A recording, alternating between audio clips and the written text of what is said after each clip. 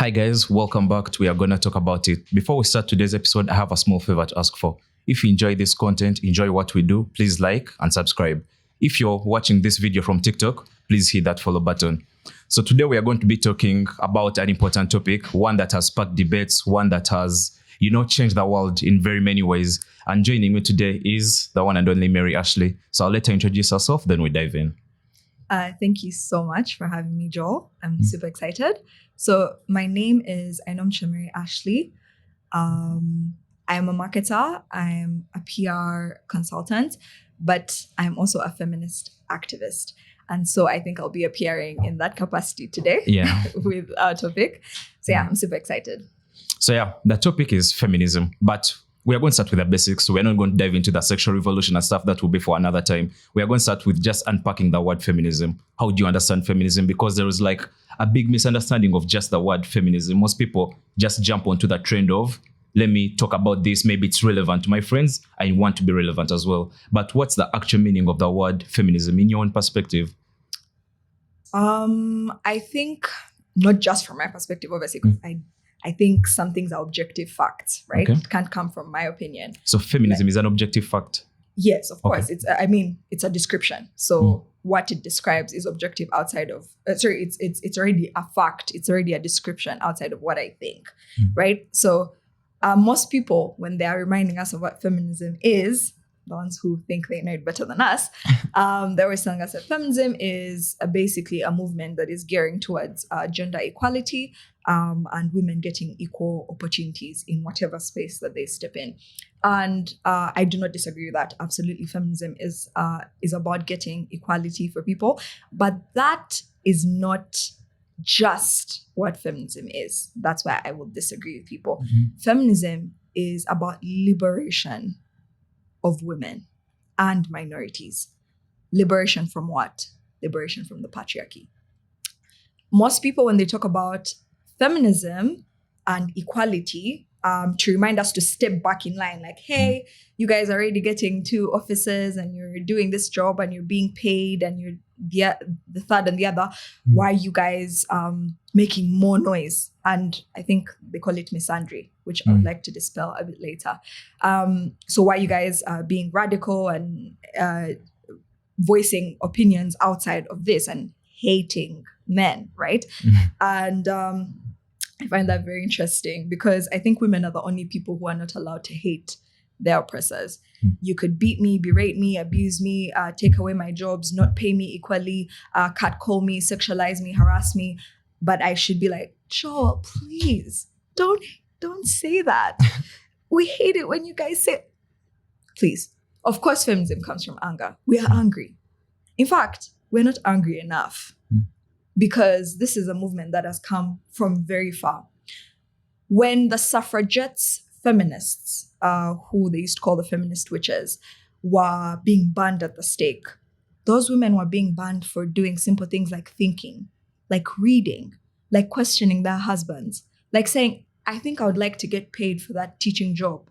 Because women have always worked, by the way. They've just not been compensated for what they've been doing, right? So in the home, that unpaid labor that women have been doing for years, we've just never been paid for it. Women have been in farms. We like to talk about feminism as if it's this white concept. Let's come back to our African homes. Women have been going to farms to cater for their kids all the way back in time. They have not been seated at home putting on blush with their kids, They've just not been compensated. Even in the jobs that women were allowed to do a long time ago, maybe teaching at kindergarten, nothing too crazy, nothing too out there. Even women who contributed to the greatest discoveries that we have, people like Einstein's wife, who contributed to a lot of his discoveries. In fact, it's arguable that a lot of work that he did, he took from her. Or the lady who helped us discover Bluetooth, the actress, I've forgotten her name. People like that, their names lost in history. I was recently reading about a lady called, I think she's called Mary Ann or something of the sort. Correct me if I'm wrong. The first lady who discovered lots of skeletons, full body skeletons of old mammals, dinosaurs and stuff like that. She is a pioneer in pathology, but she's not talked about as much. Women have been in these spaces, but they've been condemned and refused from these spaces. So of course, at the time when you're talking to people in that time, to ask them to think of breaking the patriarchy is so far-fetched. You can't run before you walk. What is our immediate problem? We need to get compensated. We need to be able to own property. We need to be able to divorce our husbands instead of wielding poison to kill them. We need to be able to have a say in our lives. If I don't want to give birth, I need to be able to have a say and say, I don't want to give birth. Marital rape should be a law. Women should not be raped because if a man is your husband, then you owe him your body. Does that make sense? So all of those things were happening at that time. Now, have we gradually come to a place now where I can sit on this podcast and you guys deem my brain worthy of some information to hear? Yes, this is huge. This is my ancestors' wildest dreams. But that does not mean that feminism stops with me now sitting with you at the table. There's still so much between us that is not equal. Does that make sense? Yeah. So obviously, I like to tell people that feminism, like every other movement, is it's a revolution and it evolves with the times that it is changing, right? It's like Black Lives Matter. When the Black people were fighting to be liberated from being slaves, that was the fight at that point. Right now, we're still fighting racism, are we not? We are, but we're fighting different things now. We're saying, okay, now you've allowed me in the workspace, but I would like to get equal pay. I would like to not be arrested because somebody is stereotyping and racial profiling me on the road because I'm Black and they're going to arrest me. The evolution takes on many forms because there are different issues that you tackle as you grow. When people say feminism is radical today, I laugh because I don't think you guys genuinely think that time when feminists were doing whatever you guys think was the better feminism, men were like, oh, women want to go to school? Let them, guys. They're smart. No, they're not trying to harm anybody. They're just trying to go to school. Let's put our thinking caps on. Even then, men thought feminism was radical. Anything that is changing the status quo and is changing something that is ingrained in a system is radical. Immediately, it is revolutionary. For women to even ask for that, they were met with absolute disgust. They were burned at the stake. Even to today, we're still looked at when it comes to certain things as, what does she think she's doing? So absolutely, there is no point in time when feminism has never not been radical. I would like to expel that. And we say radical with a negative connotation, but the word radical actually does not have a bad meaning. It just means revolutionary. So I am a proud radical feminist. If anything, I feel like it's a repetition. Feminism is radical by its very definition. I am telling you that I'm your equal in every form. And I'm not saying I'm the same as you. People confuse the two. Equal does not mean we're the same. I'm saying I'm your equal. And that is radical in itself in so many forms. So today, where we have reached right now with feminism, we have made grand steps. And the feminists then were told, you're crazy. You're not going to change anything.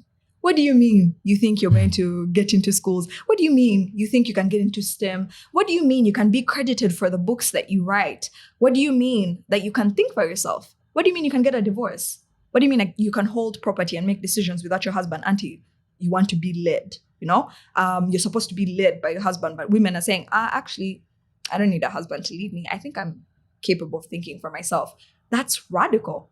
And so those women were told that wasn't going to work. But look at where we're at today. So I always tell people that you think what you're doing is not working, but me using my voice right now on this podcast right now is contributing to a woman's liberation 50 years from now that I won't know and I won't benefit from. You get what I'm saying? Yeah. Because it's a revolution that pays forward. That woman who died a long time ago for me, she died so that I could sit in this chair and be listened to. If nobody does anything, it's not men who are going to liberate women. And when we try to center men in feminism, that's where we go wrong. You are an oppressor. Even as much as you're seated here right now, having a conversation with me, you still perpetrate the patriarchy because it is what we're born into. Even I have internalized misogyny. I was raised in an African society. I was raised in this world, everywhere in the world, Europe, the Western world, everywhere comes from the patriarchy. It's a system that we fight not because just of our cultures, but because of our religions. Our religions are Abrahamic religions, and Abrahamic religions by nature dictate that women are second-class citizens. In Christianity, they subscribe to the notion that I came from your rib, even though technically I don't understand how that works, since women are creators. Men have never brought forth life. So I don't know how that doesn't bring red flags to you guys when you read it. But anyway, as such, I am to obey and respect and to support. We're second-class citizens to you main characters, basically, right? So that has informed a lot of how the society takes on women. So yeah, so what have I said feminism is? It is radical by its very definition. It is the liberation of women and minorities. When I say minorities, I mean the LGBTQ plus minorities, children, from the patriarchy, because those are also oppressed minorities, but it's primarily around women. It's the liberation from patriarchy. It is ever evolving. So please do not tell us that it has one definition and now we are stepping out. No, we are absolutely allowed to hate our oppressors because they cause actual harm in the real world. And so I'm not going to sit here and tell you that it comes from a place of diplomacy. It comes from a place of anger and hurt and need for change. So of course, people are angry, and as they should be. We are not centering you guys' feelings. When I come here and I say, Joel, you men are so terrible. You rape, you berate, you abuse, you take, you this. I say, but think about how I feel. When you say that I'm bad, I don't think I'm bad. You don't hear that you're centering yourself in people's actual real lives. Your heart that I'm calling you, let's say if I said men are trash right now, right? Men are trash. And you felt terrible that I said men are trash. Oh, boo-hoo. If I walk out right now, a man is going to assault me probably because I'm wearing a short dress. But you're hurt because I said men are trash. You see how that does not make sense? Okay. That's why I'm always saying to guys, a lot of you guys don't understand what you're talking about when it comes to feminism. You want to be palatable. You want to seem progressive. You want to seem like you're part of the good guys, right? But if I ask you, in my opinion, men who are, I would consider progressive, I don't believe in saying good guys because you're just being a decent human being.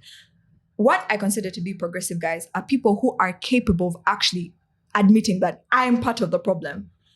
Michael Jackson said, do what you're supposed to do. Look in the mirror and you change the world.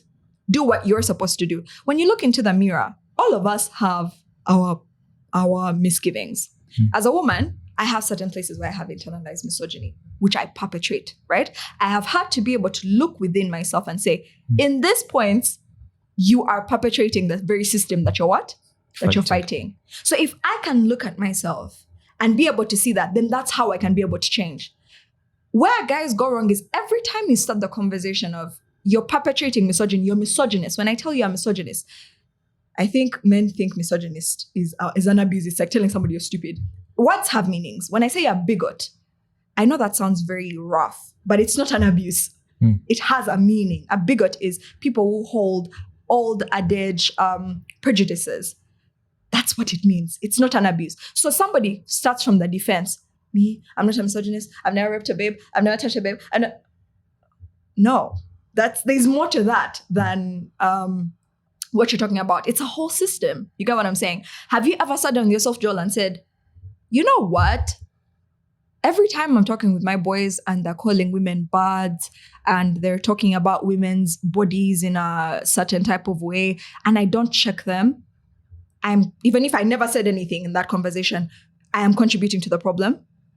No, they always come at it from a place of every other guy is the problem. And that's why nobody's fixing anything. Everyone looks at the other. You point at this one, that one points at this one points at. So who is the problem? Because us, every day in life, it is men who are doing these things to us. The statistics prove it. This is not fiction. That's why I say I don't like to debate feminism with guys, because this is not a debate. Whether you agree or not that women are being, there's gender-based violence, it is there. Is it not? Whether I come here right now and sit with you and you tell me, Ashley, I just think, I don't care what you think. It's real. Today I could disappear because some man kidnapped me and raped me and all of these different things, whether you agree in your opinion or not. So I don't waste my time anymore arguing with bigots because it's pointless. And another thing that I learned in my journey of feminism is that we all go through that stage where we feel like if we just educate our friends, if you just explain, they're going to get it. If I just sit down with you right now, you're going to get it. And then you realize, you know how we have like intelligent people, like people you would consider intelligent? We consider them intelligent. Why? Because they're people who are not intelligent. Yeah. If everyone was intelligent, then we'd all just be people, right? Mm-hmm. There's a reason why there's a difference. So I say this to all the guys that I meet who try to debate me. One, I'm not responsible for your ignorance. I'm not a teacher. I'm a marketer. I didn't sign up to teach anybody here. I'm not responsible for dispelling your ignorance when it comes to feminism. Pick up a book or don't. Because at the end of the day, Joel, if you join the movement and become an ally to feminism, feminism will still continue. But if you also don't decide to join the feminism movement, guess what it will do? It will still continue. If you people think that men co-signed us a long time ago when this started, then you're out of your mind delusional. It is the people who understand that understood and came on board. Whoever needs to understand will understand and will come on board, right? And they will propel. Change is not for everybody. Everybody can be an activist. And that's something I had to give grace to even other women. At first, when women would say, I'm not a feminist, I'd be like, what do you mean by that? Like, feminism is literally the reason why you can type out on Twitter right now and people are not saying, what's this woman talking about? But then I realized activism is a calling. It's draining. It's for me to sit here right now, it means I genuinely am not afraid for what anybody behind this camera will think about me because I stand 10 toes when it comes to feminism. But some people are not like that. I mean, they might even subscribe to what I'm saying, but they're like, well, it's a bit too much. I wouldn't know what to say. I wouldn't know how to bring it out. And I completely respect that. People are different. So activism is not for everybody. Even for guys, it's not for everybody. I don't think every single guy who necessarily doesn't talk about feminism necessarily doesn't understand where it comes from. But it's not for everybody. So I am always saying, as a guy, if you think it's our responsibility to bring you on board, you're sorely mistaken. Either get on board because you would like to get on board or don't. Regardless, the revolution will be televised. We will continue. Just like those women that they were told that they were going nowhere and those men berated them. Look at where we are. Revolution is gradual. You don't see it with your eyes. You just see it as time moves. And we take for granted what we think is not a revolution. You see me here today with this hair and my lips done, and you're thinking, she has so many rights. But did you know women fought for the simple right to wear lipstick? Lipstick. Because men considered it to be witchcraft because they thought women were seducing them they were putting a spell under them, right? Because I guess they liked it. And instead of looking within and saying, you know what, when that babe wears that red lipstick, she's kind of banging. He said, no, she's a seductress. She's trying to confuse me with her spells. And so they didn't deem it okay. So me being able to wear this lip gloss on my lips is in itself a revolution. But we take things like that for granted because we're not informed and you don't understand what it has taken for people to get here today. So yeah, that's what I would say is feminism. Okay. I think that was a brilliant unpacking. So now let's try and unpack it further. So there was misandry, misogyny. So for those maybe who don't know these terms, who are not well acquainted with these terms, misandry, it's the hate of men by women. Misogyny, hate of women by men, usually in the red pill environment. Yeah. Then now you talked about internalized misogyny, benevolent misogyny. Now, that's where my next question is coming from. Internalized misogyny. So in some circumstances, women who are looking to succumb to the normal way of living, let me say, go to school, get a job, get married, probably rich or not, but just get married, have children. Yeah. When you talk to them, or people who have that idea, even though it hasn't yet enacted out, but they believe so, when you talk to them, and you mention something about feminism, they're like, no, I'm not a feminist. Yeah. Right? Yeah. And I find it perturbing because they are women. So I want you to help me break down that part of why do some women do not want to affiliate with a certain movement, and this movement in particular, feminism? And why is it like an abuse? At least you'd rather say, you know how someone tells you, are you NRM? And you're like, no, I'm not. Like, no, but for them, it's like with this gas, no, I'm not a feminist. Don't attach that to me. Yeah. Then the other thing would be benevolent misogyny. So you're saying men can't be feminists at any one point? Oh, absolutely not. Okay. They can only be allies. Okay, let's start with that part of internalized misogyny. Okay, so I'm going to start with misogyny, like the umbrella. and then go downwards, right? So misogyny, again, is the prejudicial hate of women, right? It's systematic. When we have internalized misogyny is what we describe for us because misogyny, the perpetrators are men, the oppressed are women. So as the oppressed, we still have that system that has been taught to us, right? So we have internalized misogyny. So part of the ways you can see that is, for example, when somebody asks you if you're feminist and you're like, ew, I'm not feminist at all. That's part of being internalized misogyny. Or I think you've heard of the word pick me, when like we call girls, like you're being a pick me, and one of that's them exhibiting behaviors of internalized misogyny, meaning they're perpetrating the system that is oppressing them, right? But of course, they're not oppressors. So that's why we give it a different description, because technically they're still not the men, right? So that's internalized misogyny. So now when we come to misandry, misandry is described as the hatred of men. Now, the reason, I'm going to say this here, misandry does not exist. That's not a real thing. Because misogyny is a systematic hatred of women. So it actually affects our lives every single day. I want you guys to tell me how misandry has ever affected anyone's life.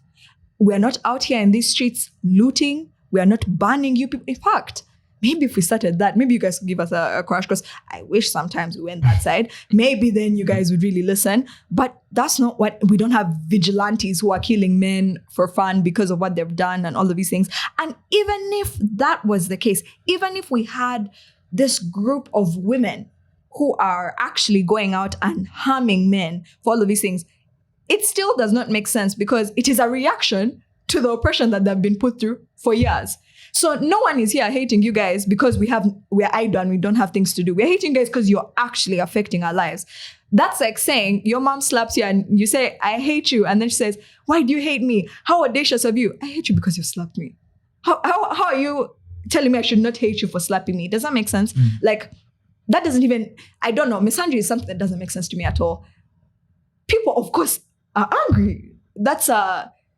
It's like putting a description to people's reaction to what you're doing. That's like gaslighting, in my opinion, because of course we hate you. You're doing something. And even then, when we talk about hatred of men, I would like to clarify something. We don't actually mean that, Joel, right now when I'm sitting here looking at you, I'm like repulsed by you. Of course not. I have male friends. I am a heterosexual woman, so I engage in relationships with men. It does not mean the actual, like, I hate you. Does that make sense? It means we hate men as in what you represent and what you do as a group. Does that make sense? Yeah. And if any of you actually bothered to sit down and critically think, you'd realize that that's the case. Because if we really truly hated you guys, would we be able to engage with you? I would never even have had a conversation that said, I hate men, don't text me. In fact, don't call my phone, because that doesn't make logical sense. Of course not. We hate men as in, you are the people who are doing this. We have to put a name to who is doing this. These are not animals. It's not trees that are doing these things. It is men.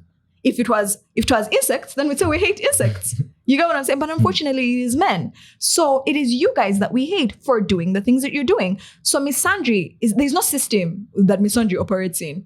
There's no time you've gone for a job and they've said that you will not get it because men are trash. When that starts, guys, give me a call. Like, when that starts, maybe. But there's a system right now that will tell me that I'm not up for a promotion because people think that I'm sleeping with the boss because I'm beautiful. Is that not? So what are we talking about? It's like when white people say that black people can be racist. Black people cannot be racist. They can have prejudice, but they can't be racist. Racism is a system. It's a system of oppression towards people of color. So unless there's a system that puts black people superior in a superior position over white people as a system, there's no such thing. You get me? You can't reverse something because of people's reactions. That's impossible. That's you gaslighting people who are actually complaining about a system that you created. A system that, yes, you might not, Joel, have had a hand in actually like going down and creating the system, but you perpetrate. And instead of you sitting down, like right now, if I say, Joel, you said this and this and this, and that's misogynistic. Instead of you saying, oh, okay, that was misogynistic, kind of explain to me how, and understanding it and saying, okay, I need to change my perspective on that. First of all, you first tell me, I don't think that that's what misogyny is. And I don't think that's the real part of feminism. How can you tell me what feminism is? Are you a woman? Have you been oppressed? No. And even in the oppression of men, because remember, misogyny oppresses men. I was just having a conversation with a camera guy here, and I was telling him that if he wears pink, and he says that he can't wear pink because guys are not supposed to wear pink, that doesn't make critical sense. Those are parts of the oppression of men when it comes to misogyny, because it also affects men. Do you not agree? If men are victims of abuse, men are not taken seriously because they are supposed to not, they're macho, and so they can't be abused. But guess who actually does not take men seriously when it comes to abuse? Other men. I'm a veteran on Twitter, so I can tell you for a fact, anytime a guy comes out and says he's abused, majority of men are in the comment section making fun of him, or even telling him he should have enjoyed it. Because if a man has a sexual encounter, he should enjoy it no matter what. But is that true? No, you can be abused. As a boy, why are you saying that your virginity or the first time you had sex was with a maid who was 10 years older than you? That is defilement. But if I go right now and put that on my Twitter, guys will come in the comment, me, I wanted it. Man, sure, sweet. Man, this, man. We're trying to tell you to take your own issues seriously, but you're not taking them seriously. They're actually only ever brought up when women are talking about their issues. When we're saying that men are abusing us and raping us, they'll say, but even us, we're being raped, but nobody is to take away from the conversation, not to actually talk about their issues separately, right? And even when we look at male abusers still abuse men. Those, I'm always saying that when we look at the branding for homophobia, a lot of you are actually fighting issues with men, not with gay people. When you guys talk about little boys being abused in schools, it's the same thing as men abusing women, abusing little girls in schools. It's just that this man does not like girls. He likes what? Boys. The issue is not with the fact that he's gay. It's the fact that men are degenerates. Does that make sense? There's actually, like, if it's two consenting adults who are choosing to kiss themselves and do whatever it is that they want with themselves, there's actually nothing wrong with that. Just like if a guy and a girl want to go somewhere and do whatever they want to do, and they're two consenting adults, there's nothing wrong with that outside of the scope of religion, of course. But if you guys are talking about, because all the PR are here, little boys are being paid in schools to turn gay and all of this scary propaganda. Jeffrey Epstein was paying little girls to bring their other fellow girls so that he would sleep with them. The difference is his orientation is what? Heterosexual. If he was a guy doing that and he was doing it to little boys, the issue would be that he's a fucking pedophile, not that he is what? Homosexual. Because that's just an orientation. Does that make sense? So again, where are we centering? Who is doing all of these things? Men. And when I say men, I mean as a collective. You might not be part of the ones that are abusing and berating little girls, or you might not be a rapist, or you might not be a harasser, but you perpetrate systems of the patriarchy just as much, right? So you're part in there for some other section, but it is men. You're all part of it. So instead of taking that as a stab to the chest and you put your ego forth, listen to actually learn.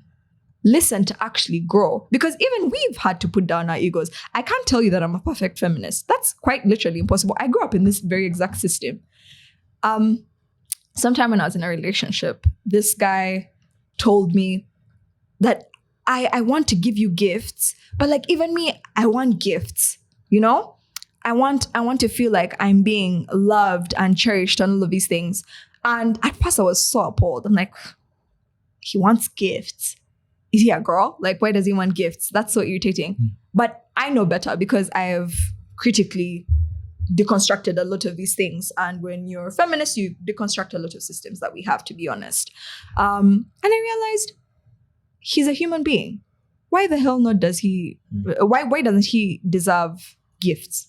Why doesn't he deserve to also be made to feel loved? Now, of course, again, when you deconstruct, remember the societal situation that you live in, right?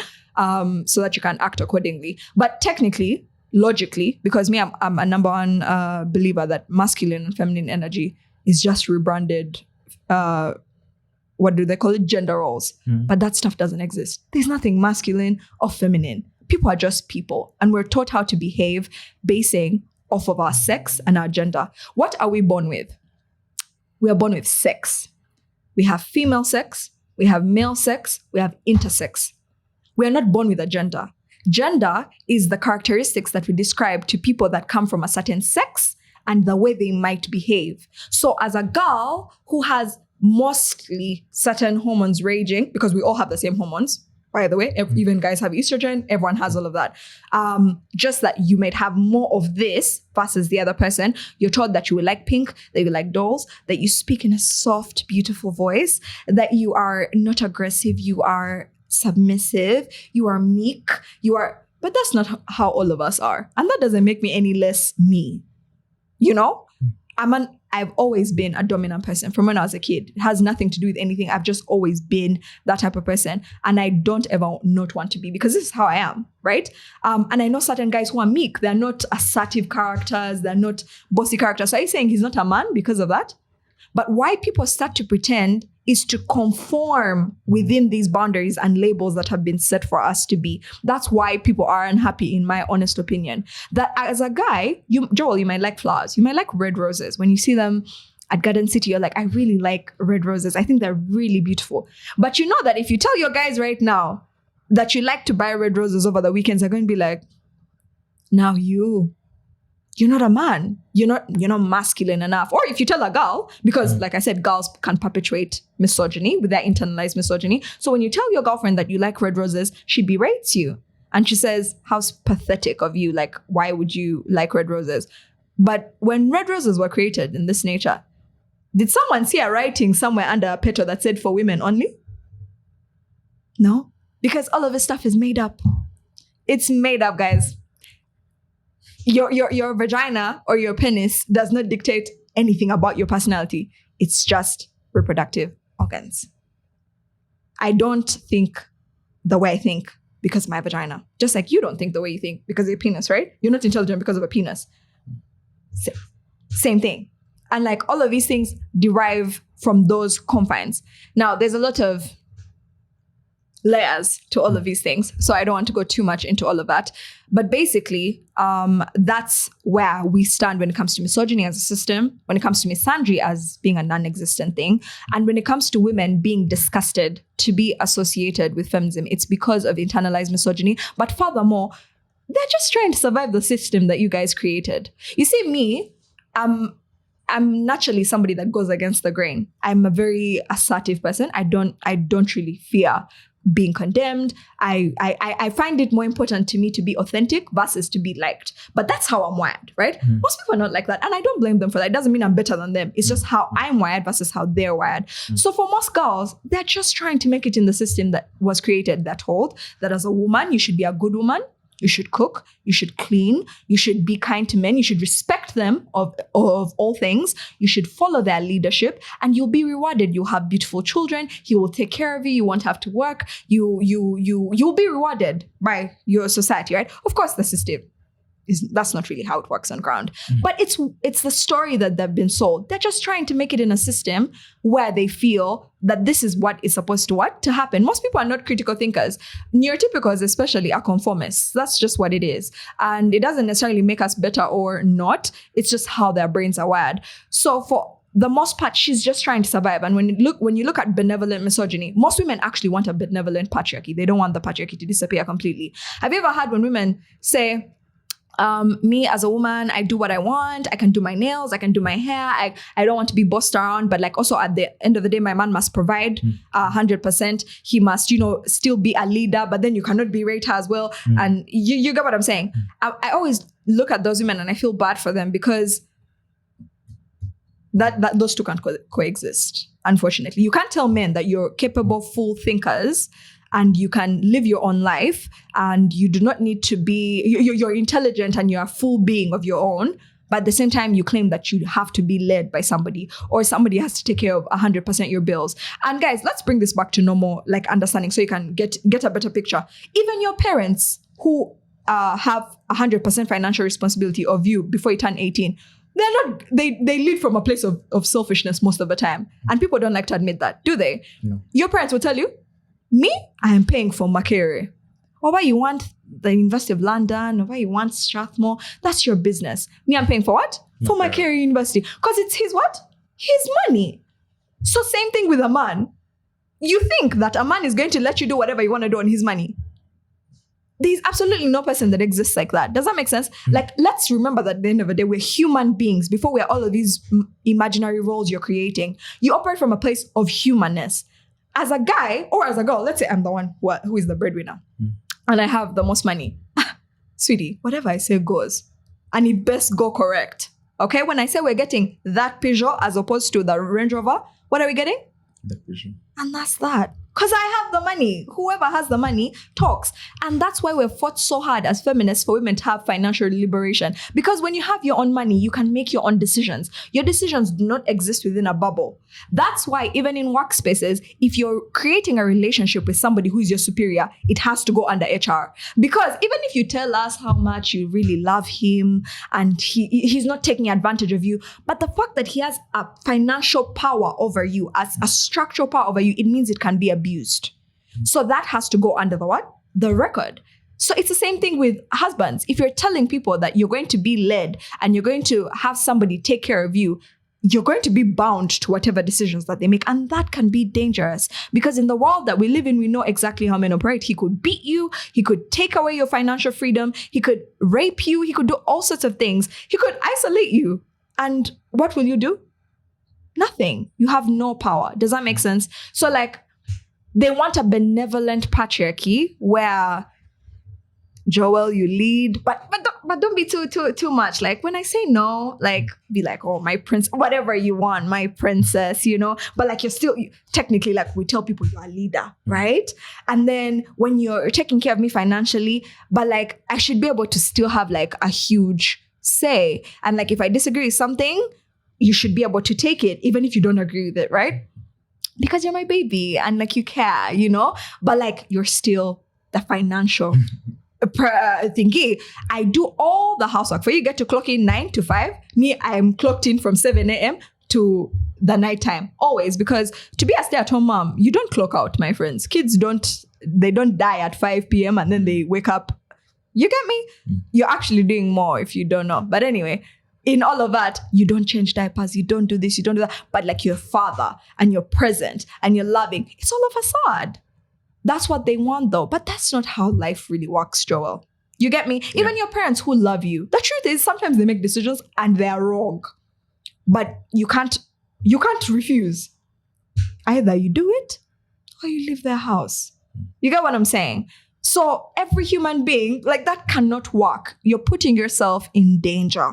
You get me? But they expect that if they behave a certain type of way, if they're not like me who goes on Twitter and says men are trash, and they're not like me who says, I don't like men, I don't like this, I hate them for this, I condemn them for that. Me, I won't have men to date. And the truth is anyway, I will be honest with you ladies, your dating scope will absolutely reduce. But that's okay because I don't want to date incels anyway, you know? But for them, it's more important. The patriarchy teaches us it's more important that you're partnered. Versus actually being respected and having rights. Does that make sense? Yeah. I hope I've exhausted. You have. I hope I've explained that. Yeah. Okay. Yeah. At least for this episode, we have been able to like unpack the word feminism. At least we have brought out the gender roles, the patriarchy, the misogyny, misandry, vis-a-vis everything. So because of the time we have, we shall stop there. But next time we'll have now to talk about, I don't know, if you accept come back, the sexual revolution, the birth control pill, and how this leads to, you know, that's changing statistic in women going to university and the men that are going to university, all that complicated stuff, like next time. But yeah, I would like to end with collective consciousness. So I saw a study of collective consciousness where they were saying that if you took a group of people or animals to an island and taught them a skill, like let me say editing or maybe public speech, and then an opposite island, you put other people, different people, you don't teach them the skill, they will end up learning that skill either way because of what? Collective consciousness. It's like the cloud for our brains. Mm-hmm. So that's what I was saying, that if you are a feminist out there, I think you should be able to speak up about your rights, or if you want to speak out, it's not a must that you should speak out, but if you want, you should. And then there are people who believe in feminism, but they are repulsed of being identified as feminists, which is also kind of, you know, appalling, because I think you should be able to stand up because in a way you're changing something better than you. Yeah, something that will precede you or something. Yeah. Okay, guys, thank you for tuning in. Like, subscribe, and yeah, this will be part 1. We shall have a part 2. Thank you so much for having me.